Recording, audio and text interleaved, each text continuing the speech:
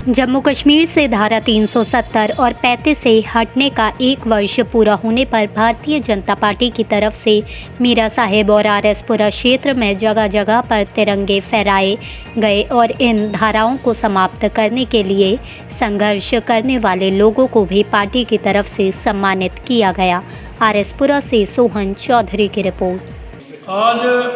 ये जो हमने छोटा सा प्रोग्राम रखा है इधर,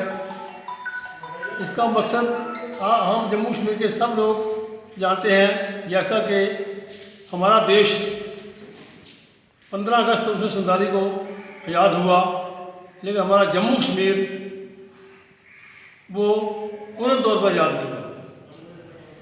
जैसा कि हमारे जम्मू कश्मीर में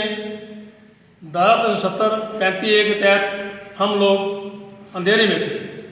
आज एक नई रोशनी आई है। 5 अगस्त 1919 को हमारे प्रधानमंत्री नरेंद्र भाई मोदी जी ने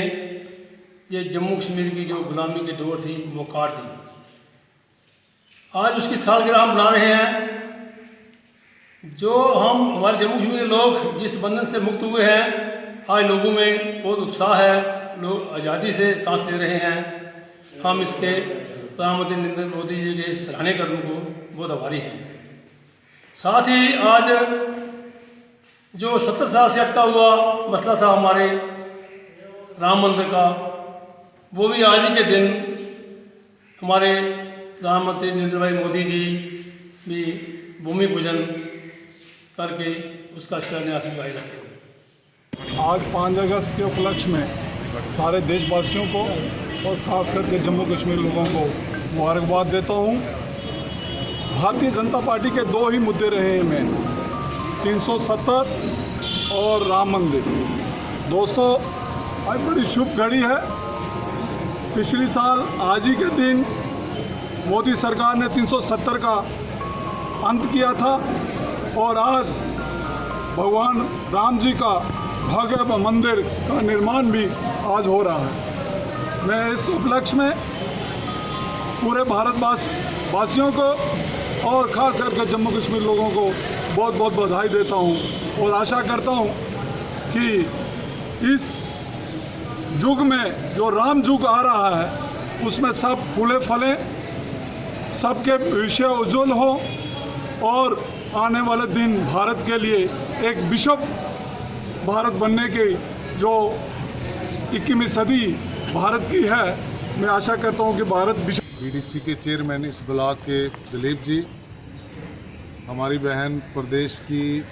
मंत्री और आरएसपुरा जिला की सह प्रभारी महिला मोर्चा बहन नीता शर्मा जी, हमारी दोनों महिला मोर्चा की मीरा साहब ब्लॉक की अध्यक्षा, जिला की उपाध्यक्ष, बाकी मीरा साहब की पूरी टीम, हमारे आरएसपुरा मंडल के भी अध्यक्ष बाली जी भी साथ हैं। आज पार्टी ने तय किया था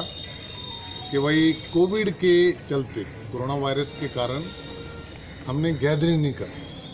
और 10-15 लोगों से ज़्यादा लोग कहीं भी इकट्ठे नहीं करने इस महामारी के समय में। एज ए रिस्पॉन्सिबल कार्यकर्ता, एज ए रिस्पॉन्सिबल पार्टी की तरफ से निर्देश था, इसलिए आज हमने प्रमुख कार्यकर्ताओं ने मिलकर यहाँ फ्लैग होस्टिंग की। इसी तरह इस मंडल में तो पूरे प्रदेश में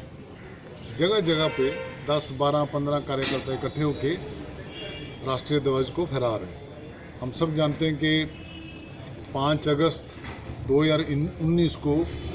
जम्मू कश्मीर में 35A और 370 को ख़त्म किया गया। स्टेट की रीऑर्गेनाइजेशन की गई, जम्मू और कश्मीर को यूटी बनाया गया और लद्दाख को यूटी बनाया गया। लद्दाख की तो बड़ी पुरानी डिमांड थी, लद्दाख एक स्ट्रेटजिकली नेशनल इंटरेस्ट में यूटी बनी, वहाँ कई देशों के बॉर्डर लगते हैं। और जम्मू कश्मीर में जो जम्मू कश्मीर के पॉलिटिशियंस थे वो लगातार एक्सप्लॉइट कर रहे थे 370 और 35A की आड़ में। अब सबने देखा होगा कि कश्मीर की जो पॉलिटिकल लीडरशिप थी, वोट बैंक की खातर उन्होंने कश्मीर में अलगाववाद की सोच पैदा की, जिससे सेपरेटिज्म की तरफ लोग बढ़े। बाद में उनका इतना रेडिकलाइजेशन हुआ कि टेररिज्म बना कश्मीर में। और 90 में 3 लाख से ज़्यादा हिंदू और सिख परिवार वहाँ से, नॉन मुस्लिम परिवार वहाँ से माइग्रेट कर गए कश्मीर से, इस पीक पे आ गए। वहाँ की जो सरकारें थी छठी केंद्र के ऊपर और म्यूनसिपैलिटी, हर म्यूनसिपैलिटी में, हर पंचायत में आज जो 5 अगस्त 2020 का जो ऐतिहासिक दिन पूरे भारतवर्ष में, स्पेशली जो जम्मू कश्मीर में आज हम एक पूर्व रूप में मना रहे हैं। जैसे हम दिवाली, दशहरा जहाँ अन्य पर्व मनाते हैं, उससे भी बढ़ चढ़ के आज हम 5 अगस्त 2019 को लेके 2020 में मना रहे हैं। 1 साल हुए जब माननीय प्रधानमंत्री हमारे मोदी जी ने और भाई अमित शाह जी ने एक कानून पास करवाया पार्लियामेंट में, और 370 और 35 जैसे जो कानून थे जिससे जम्मू कश्मीर के साथ बहुत ही भेदभाव हो रहा था। और विशेष करके जो हमारे 3 वर्ग वेस्ट पाकिस्तान रिफ्यूजी जो बहुत संख्या में है, जहां पे 1947 से रह रहे थे, और साथ साथ में हमारा वाल्मीकि समाज और गोरखा समाज, और खास करके इन लोगों को 73 साल से उनके सारे फंडामेंटल राइट से वंचित किया गया। और इन्होंने हमेशा गुहार लगाई सरकारों से, जो सेंटर कश्मीर सेंट्रल पॉलिटिक्स थी, वो एनसी की हो, कांग्रेस की हो या पीडीपी की हो, लेकिन उन्होंने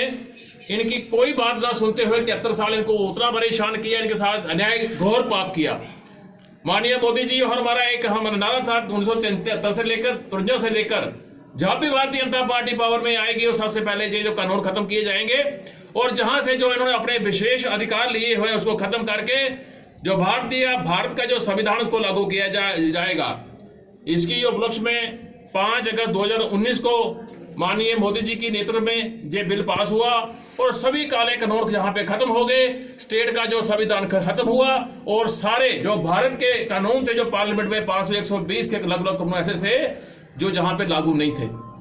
और उसी की वजह से जहां पे मिलिटेंसी, सेपरेटिज्म और कोई डेवलपमेंट नहीं हो रही थी,